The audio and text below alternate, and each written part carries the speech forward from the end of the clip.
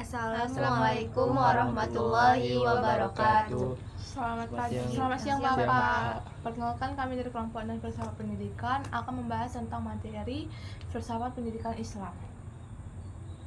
Filsafat pendidikan Islam merupakan kajian yang mendalami prinsip-prinsip dan nilai-nilai pendidikan dalam konteks ajaran Islam.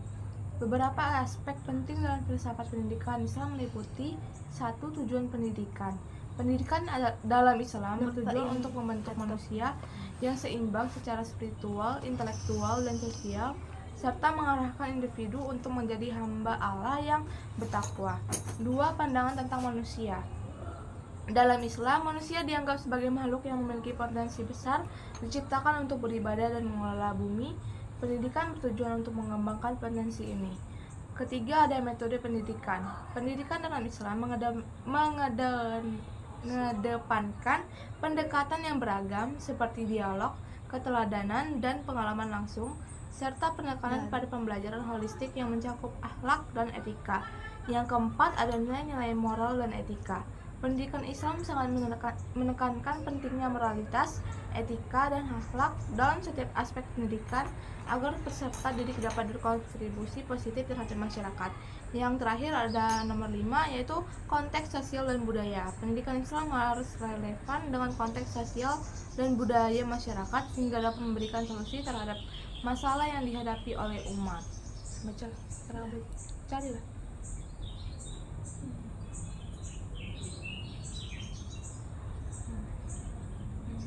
Tadi lah sih yang disuruh cari Nabi. Iya, 20 sahabat Nabi yang 10 kami nyatat. 10 Kami nyatat lagi apa Menit terakhir beda sih tuh. 20. Pas menit terakhir. Iya. Emang dipakein video yo? Iya Bukannya sih. dicatat yo? Dicatat ya? Dicatat kalau tidak salah. Tidak sih. Nggak dicantumin di video. Tidak kalau salah. Soalnya kan Bapak tuh beranggapan kalau kita tuh sudah bikin video yang kemarin. Dan Tias.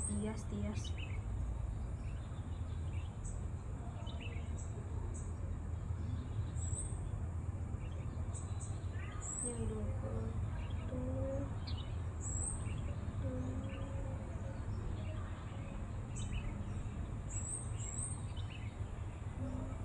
Terus agak kita itu nyari siapa yang paling banyak mencatat omongan Nabi tuh, kayak gitu kalau nggak salah. iya emang ya kok 20 bukan 10. Ada di buku Ayu 20. Dicatat, tulis kan, nggak di Word. Bagian ini. Nah itulah, iya. Kalau aku dapat yo, aku Iya. tidak tahu nih. Coba. Udah ya kamu. Baca lah. Adapun definisi filsafat pendidikan Islam yaitu pengertian pendidikan Islam sebagai kajian yang memadukan ajaran Islam dengan prinsip-prinsip pendidikan.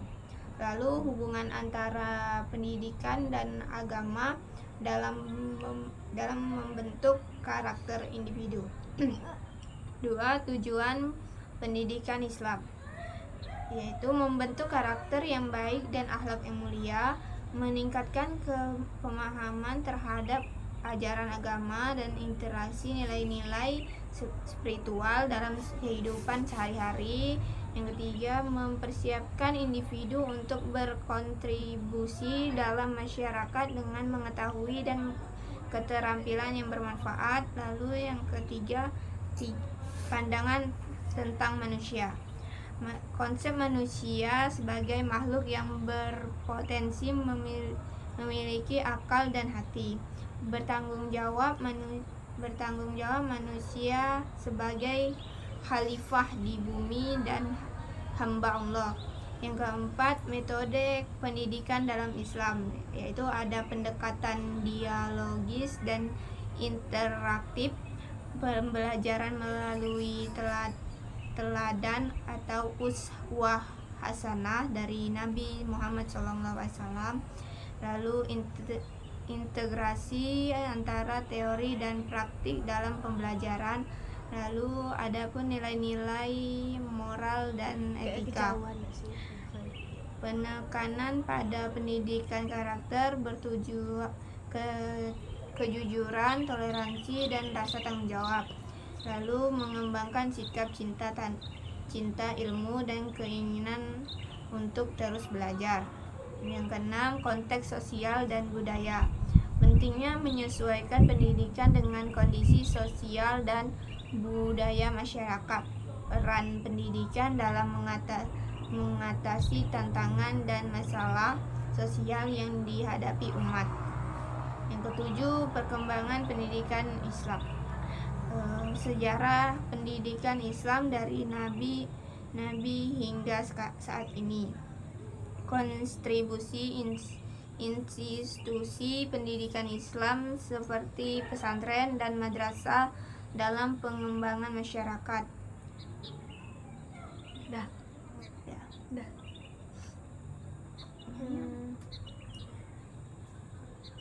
Aku baca dari awal ya. Filsafat pendidikan Islam adalah sebuah kerangka pemikiran yang mencakup prinsip-prinsip dan tujuan pendidikan dalam kerangka ajaran Islam. Tujuan utama dari pendidikan dalam pandangan Islam adalah untuk membentuk manusia yang sempurna atau insan kamil, yaitu individu yang mampu menjalankan fungsinya sebagai khalifah di bumi serta beribadah kepada Allah dengan sebaik-baiknya. Filosofi ini mencakup aspek-aspek yang lebih dari sekedar transfer pengetahuan, melainkan pembentukan karakter, etika, dan spiritualitas. Yang pertama, tujuan pendidikan Islam. Tujuan pendidikan dalam Islam bukan hanya untuk menciptakan individu yang cerdas secara intelektual, namun juga yang memiliki akhlak mulia dan memahami tugas serta tanggung jawabnya sebagai hamba Allah. Pendidikan Islam bertujuan agar individu dapat mengenali dan mendekatkan diri kepada Sang Pencipta, memahami perannya di dunia, serta memiliki bekal yang cukup untuk kehidupan setelah mati. Dengan kata lain, pendidikan Islam mengarahkan individu untuk mencapai kebahagiaan dunia dan akhirat. Dalam Al-Quran, Allah berfirman, "Dan aku tidak menciptakan jin dan manusia, melainkan supaya mereka mengabdi kepadaku." Surat Az-Zariyat ayat 56.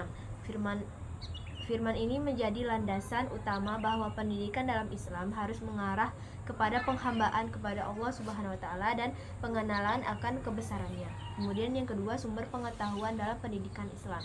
Filsafat pendidikan Islam berakar dari sumber-sumber utama ajaran Islam, yaitu Al-Quran dan hadis. Kedua sumber ini menjadi rujukan pokok dalam menentukan isi, tujuan, dan metode pendidikan. Al-Quran menekankan pentingnya menuntut ilmu seperti dalam ayat bacalah dengan menyebut nama Tuhanmu yang menciptakan. Surat Al-Alaq ayat 1. Kemudian hadis Nabi Muhammad SAW juga menegaskan hal ini. Menuntut ilmu itu wajib bagi setiap muslim. Selain itu, penggunaan akal atau rasio juga diakui dalam filsafat pendidikan Islam. Islam mendorong umatnya untuk berpikir kritis, memahami ciptaannya, dan menggunakan akal untuk menggali pengetahuan yang bermanfaat. Namun akal harus selalu selaras dengan wahyu ilahi untuk menghindari penyimpangan dari kebenaran yang hakiki.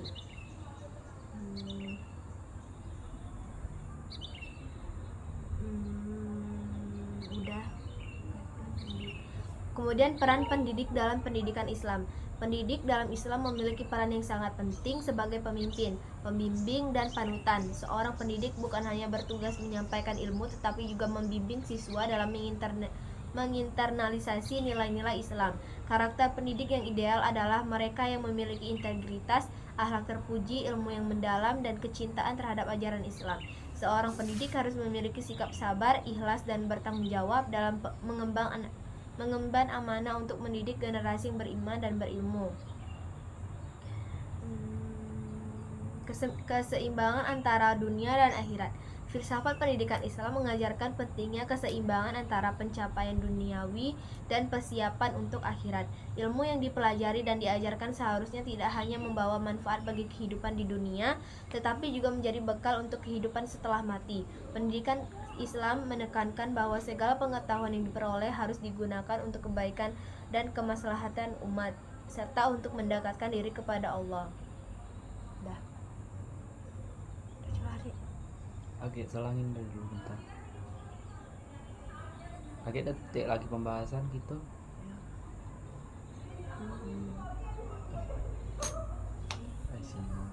Gebir kan ya.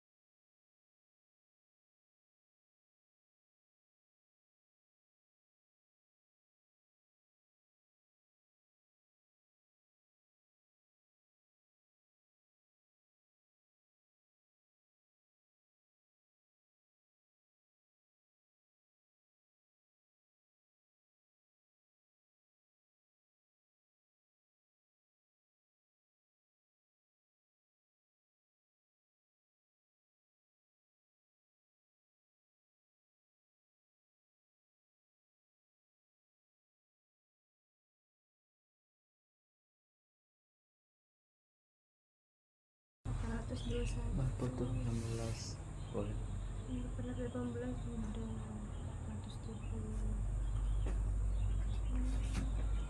170. Aku nih Filsafat pendidikan Islam juga memberikan berbagai pelajaran yang sangat penting, baik untuk pendidikan secara umum maupun pengembangan individu. Berikut adalah beberapa pelajaran utama yang bisa diambil dari filsafat pendidikan Islam. 1. Kesatuan ilmu dan agama. Dalam pendidikan Islam, ilmu pengetahuan tidak bisa dipisahkan dari agama. Filsafat pendidikan Islam mengajarkan bahwa ilmu duniawi dan ilmu berarti salah ukhrawi satu cuman filsafat tuh ya. harus berjalan seiring. Kan sudah. Ini berarti bahwa ilmu yang dipelajari di sekolah seperti matematika, sains, dan Filsafat teknologi juga Zoom mbak sih. perlu disinergi dengan nilai-nilai spiritual dan etika Islam agar melahirkan manusia yang berilmu dan berakhlak mulia. 2. Pembentukan akhlak dan kepribadian. Tujuan utama pendidikan Islam adalah membentuk akhlak yang baik. Pendidikan bukan hanya menekankan pada kecerdasan intelektual, tetapi juga kecerdasan emosional dan spiritual. Pendidikan Islam bertujuan membentuk insan yang kamil, yakni manusia yang sempurna dalam iman, ilmu, dan amal. 3. Pengembangan potensi manusia secara holistik. Filsafat pendidikan Islam mengakui bahwa setiap individu memiliki potensi yang unik. Pendidikan seharusnya mengembangkan potensi ini secara menyeluruh, dari segi fisik, intelektual, emosional, dan spiritual, agar individu dapat berperan positif dalam masyarakat dan mencapai kebahagiaan di dunia dan di akhirat. 4. Tujuan untuk mendekatkan diri kepada Allah. Salah satu prinsip fundamental dalam filsafat pendidikan Islam adalah bahwa semua upaya pendidikan, baik akademik maupun moral, harus mengarah pada tujuan utama, yaitu mendekatkan diri kepada Allah. Belajarlah mencari ilmu dianggap sebagai ibadah dan bertujuan untuk memahami ciptaannya serta menjalankan peran sebagai khalifah di bumi. 5. Pendidikan sepanjang hayat atau lifelong learning. Dalam pandangan Islam, kayak mana sih? Itunya itu lagi.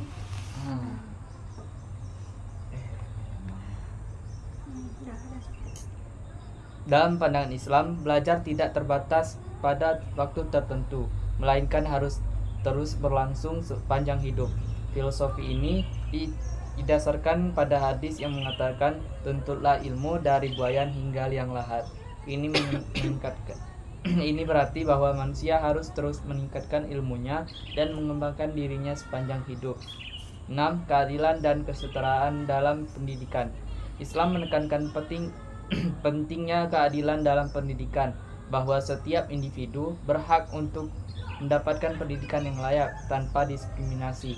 Hal ini mencakup keadilan gender, ekonomi, dan sosial yang memastikan bahwa pendidikan dapat diakses oleh semua orang.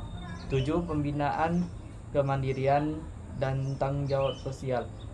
Pendidikan Islam bertujuan untuk menghasilkan individu yang mandiri, berintegrasi, dan memiliki tanggung jawab terhadap masyarakat. Seorang muslim yang terdidik diharapkan mampu berkontribusi untuk kemajuan masyarakat, menyebarkan kebaikan, dan menjaga lingkungan.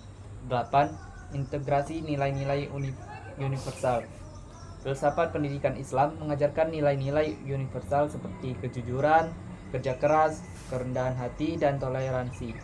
Nilai-nilai ini diajarkan untuk membangun masyarakat yang harmonis, toleran, dan saling menghargai, di mana umat Islam dan non-Muslim dapat hidup berdampingan dengan damai. Dah.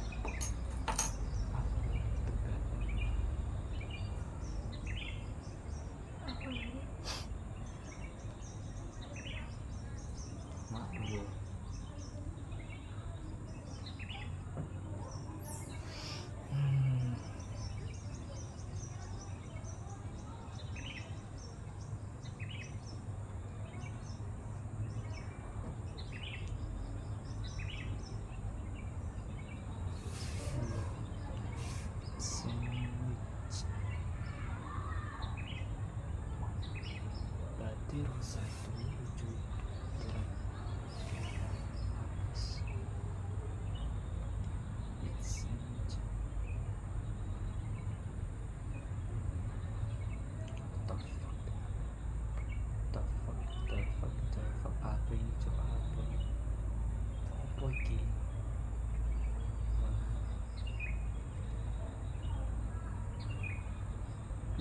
No.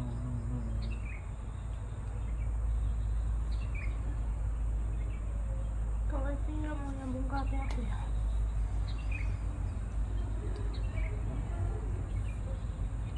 Ada nggak ada?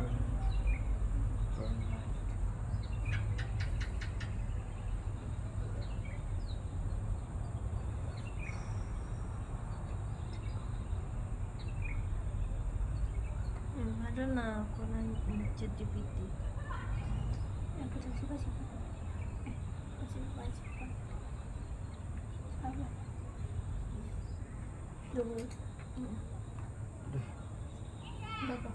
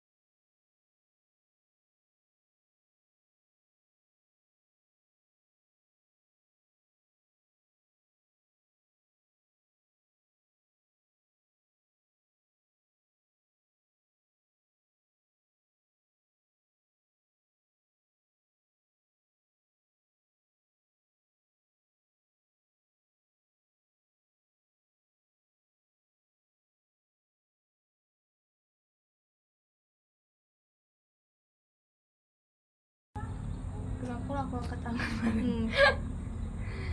Sistem pembelajaran filsafat pendidikan Islam di sekolah dasar mencakup beberapa aspek penting, antara lain: 1. Pendekatan kontekstual, yaitu mengaitkan konsep filsafat pendidikan Islam dengan kehidupan sehari-hari siswa.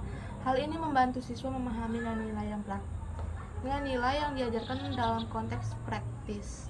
2. Integrasi kurikulum, mengintegrasikan nilai-nilai filsafat pendidikan Islam ke dalam berbagai mata pelajaran sehingga siswa dapat melihat keterkaitan antara pendidikan dan kehidupan spiritual mereka.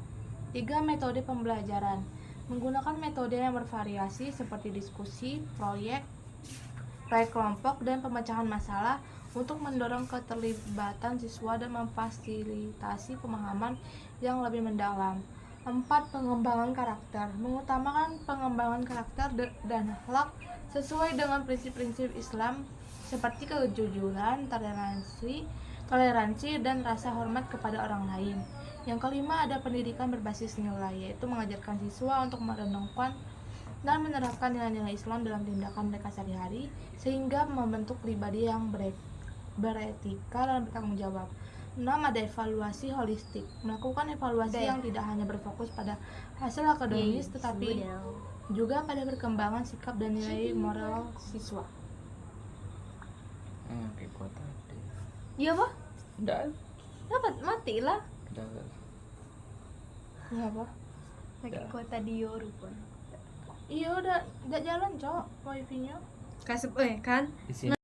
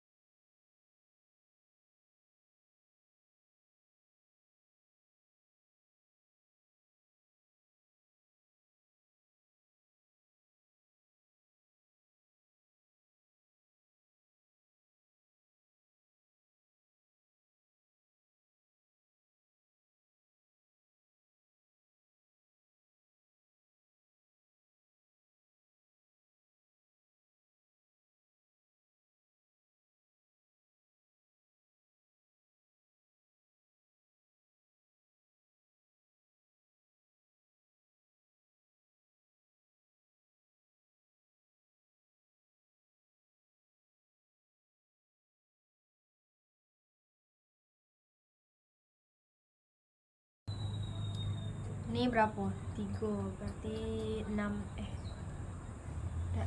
Ada yo ada 6. Ya udah sih. Ada yang 7, ada yang 6. Apa? Berikut adalah 20 sahabat Nabi Muhammad SAW yang dikenal sering mencatat dan meriwayatkan hadis atau perkataan Nabi. Yang pertama ada Abu Hurairah, sahabat Nabi yang paling banyak meriwayatkan hadis. Ia rajin mengikuti Nabi dan mencatat perkataan beliau. Kemudian Abdullah bin Umar, putra Umar bin Khattab yang terkenal dengan kedisiplinannya dalam mencatat dan mengamalkan hadis. Kemudian ada Anas bin Malik, pelayan Nabi selama 10 tahun, banyak meriwayatkan hadis terkait kehidupan sehari-hari Nabi. Kemudian Aisyah binti Abu Bakar, istri Nabi yang cerdas, meriwayatkan banyak hadis tentang kehidupan pribadi dan permasalahan hukum. Kemudian Abdullah bin Abbas, sepupu Nabi, dikenal sebagai Habrul Ummah atau ulama umat, banyak meriwayatkan hadis dan tafsir Al-Quran. Kemudian Jabir bin Abdullah, sahabat yang banyak meriwayatkan hadis terutama terkait ibadah haji dan amalan lainnya. Kemudian akan dilanjutkan oleh teman saya. Siapa aku? 7. Apa nih bacanya? Abu Sa'id Kemudian Abu Sa'id Al-Khudri meriwayatkan banyak hadis terutama yang terkait fikih dan akhlak. Yang ke-8 ada Abdullah bin Amr bin As, terkenal sebagai salah satu sahabat yang aktif mencatat hadis dengan detail. Yang ke-9 ada Umar bin Khattab, khalifah kedua yang terkenal dengan kecerdasannya. Meskipun lebih dikenal dengan ijtihadnya, ia juga meriwayatkan beberapa hadis. 10 lanjut ya. Nah, ya. 10 Ali bin Abi Thalib, sepupu dan menantu Nabi, banyak mencatat dan meriwayatkan hadis yang berkaitan dengan hukum dan keutamaan ibadah. Sampai berapa nih? Nah, berarti kau 13 ya? 13. Saya lanjutin mau yang 13 kan? Tunggu berarti. 11 Muad bin Jabal, dikenal sebagai salah satu sahabat yang cerdas dalam memahami ilmu agama dan sering mencatat hadis. Ke-12 ada Abu Musa al-Asy'ari, salah satu perawi hadis yang sering berperan sebagai hakim dalam permasalahan hukum. Yang terakhir ke-13 ada Said bin Tabit, penulis wahyu yang juga banyak meriwayatkan hadis dan mencatat ucapan Nabi. Dah. Hadis tuh omongan Nabi. Kalau Al-Quran tuh omongan Allah. Perkataan. Baiklah, di sini saya akan melanjutkan penjelasan dari Kristina. Ke-14 itu Sa'ad bin Ubadah, pemimpin kaum Ansor yang sering mencatat ucapan Nabi. 15 Abdullah bin Mas'ud, salah satu sahabat pertama yang masuk Islam dan banyak meriwayatkan hadis. 16 Abu Dzar Al-Ghifari, dikenalkan dengan kesederhanaan dan keteguhannya dalam agama, banyak meriwayatkan hadis terkait etika sosial. 17 Abdurrahman bin Auf, salah satu sahabat Nabi yang sering bersama Nabi dan meriwayatkan hadis tentang perdagangan dan muamalah. 18 Salman Al-Farisi, sahabat dari Persia yang mencatat dan meriwayatkan hadis serta memberikan kontribusi besar dalam strategi militer. 19 Bilal bin Rabah, muadzin Nabi yang juga meriwayatkan beberapa hadis terutama terkait azan dan ibadah.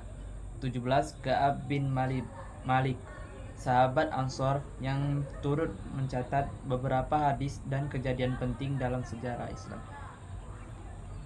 Wah,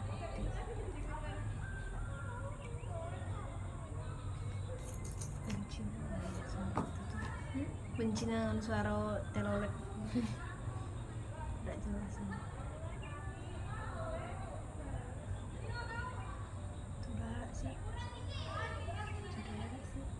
sudah atau apa? Mungkin 40 gue. Apa nak ada ngomong ni?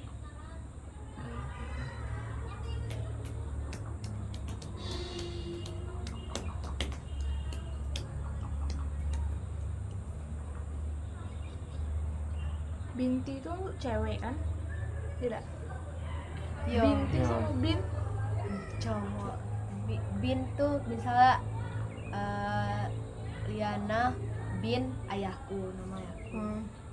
Kalau Liana binti, nah itu Kalau berarti kalau cowok bin. bin.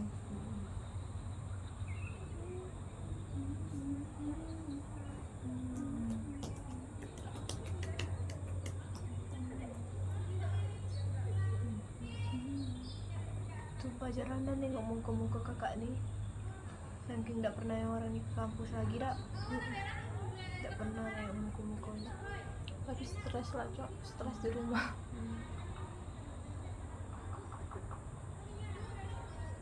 Sempro kan Kayaknya habis sidang.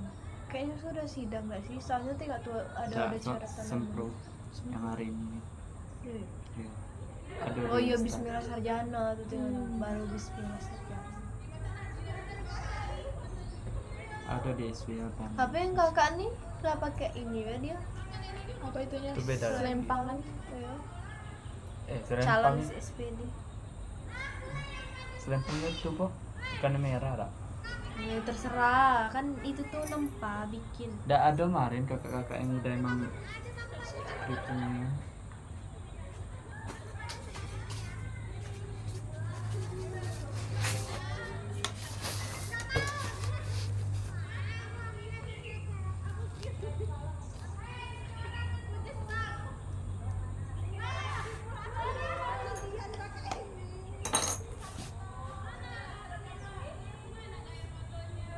Tutup.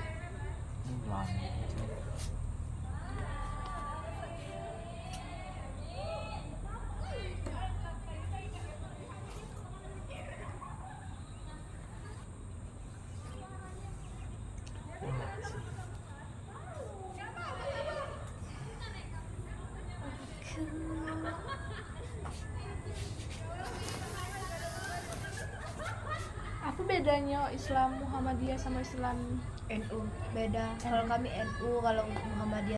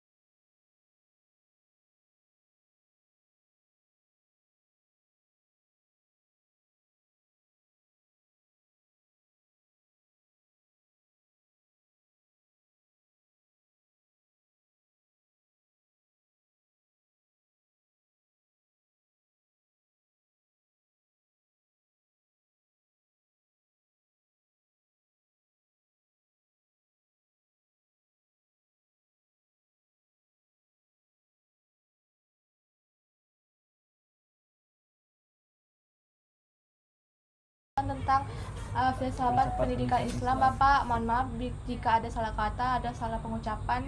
Kami akhiri. Wassalamualaikum warahmatullahi wabarakatuh. Selamat siang Bapak.